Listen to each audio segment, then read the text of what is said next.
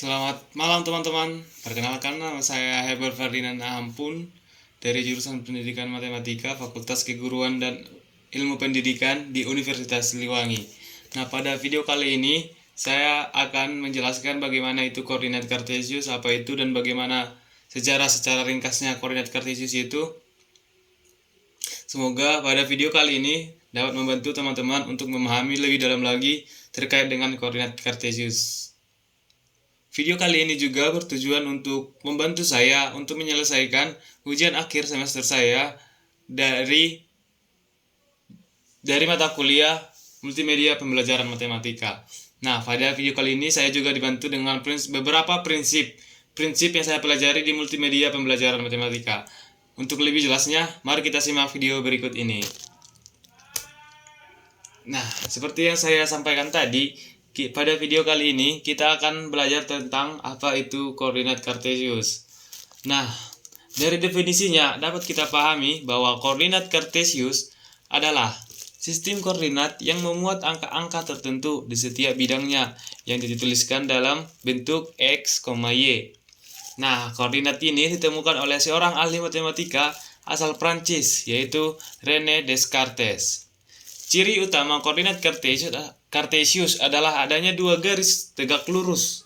Dua garis tegak lurus, teman-teman, yang harus perhatikan adalah adanya dua garis tegak lurus yang saling berpotongan di satu titik.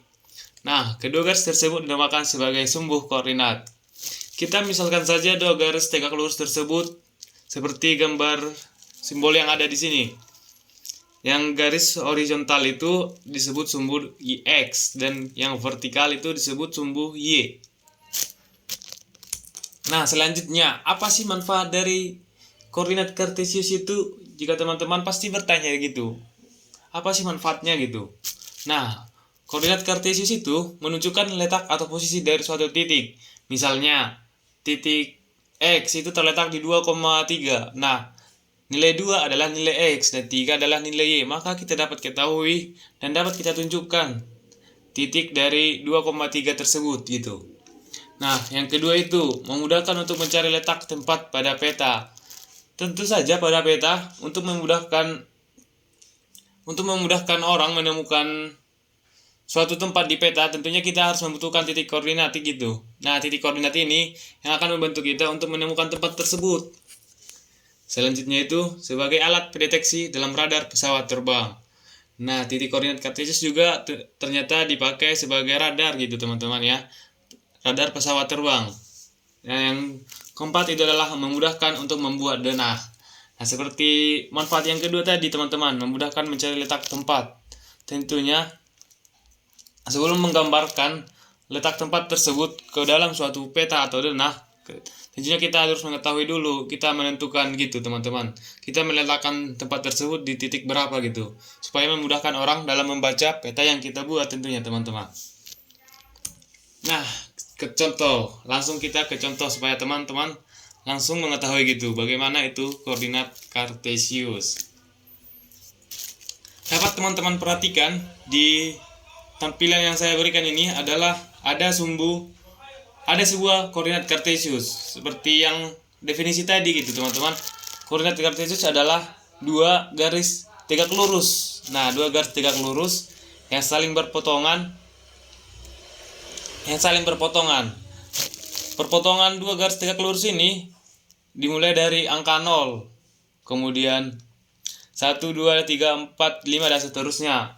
Seperti yang saya sampaikan tadi juga, kedua garis yang tegak lurus ini diberikan nama. Untuk yang horizontal diberi nama sumbu X dan yang vertikal diberi nama sumbu Y. Koordinat kartesius ini tentunya dibagi menjadi ke dalam beberapa kuadran gitu, teman-teman ya. Kuadran yang pertama itu bernilai positif.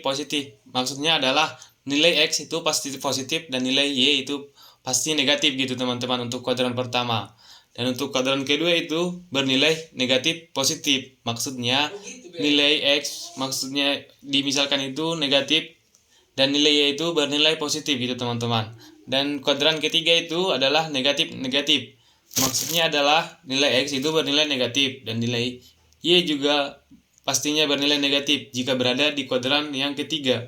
Dan yang kuadran keempat adalah nilai X bernilai positif dan nilai Y pastinya bernilai negatif. Contoh, kita langsung contoh.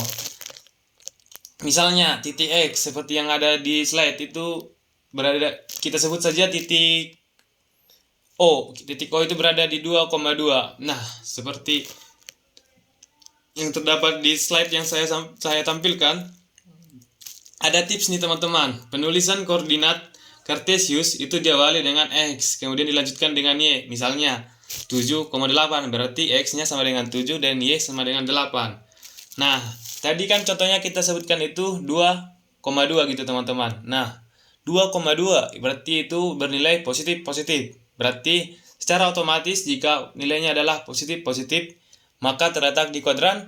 Nah, iya teman-teman, di kuadran pertama. Maka nilai titik O yang bernilai 2,2 itu terletak di kuadran pertama. Nah, gitu teman-teman. Selanjutnya itu adalah kita sebut saja titik negatif 3,3 ini adalah titik P. Nah, P. Titik P terletak di negatif 3,3. Tunjukkan di mana letak titik P. Mungkin jika ada soal demikian ya teman-teman. Maka kita cukup ingat teman-teman. Jika negatif itu kita ingat saja negatif. Berarti kuadran ke-3. Nah, benar sekali teman-teman. Berarti titik P yang dimaksud pada soal yang saya berikan tadi itu berarti berada di kuadran ke-3 karena bernilai negatif. Nah, begitu teman-teman. Mungkin sekian video yang dapat saya sampaikan. Jika ada pertanyaan dapat kita diskusikan bersama-sama di kolom komentar yang saya sediakan di link YouTube saya. Semoga apa yang saya sampaikan di sini dapat membantu lebih memotivasi teman-teman untuk mengetahui apa itu koordinat Kartesius, apa fungsi dan manfaatnya.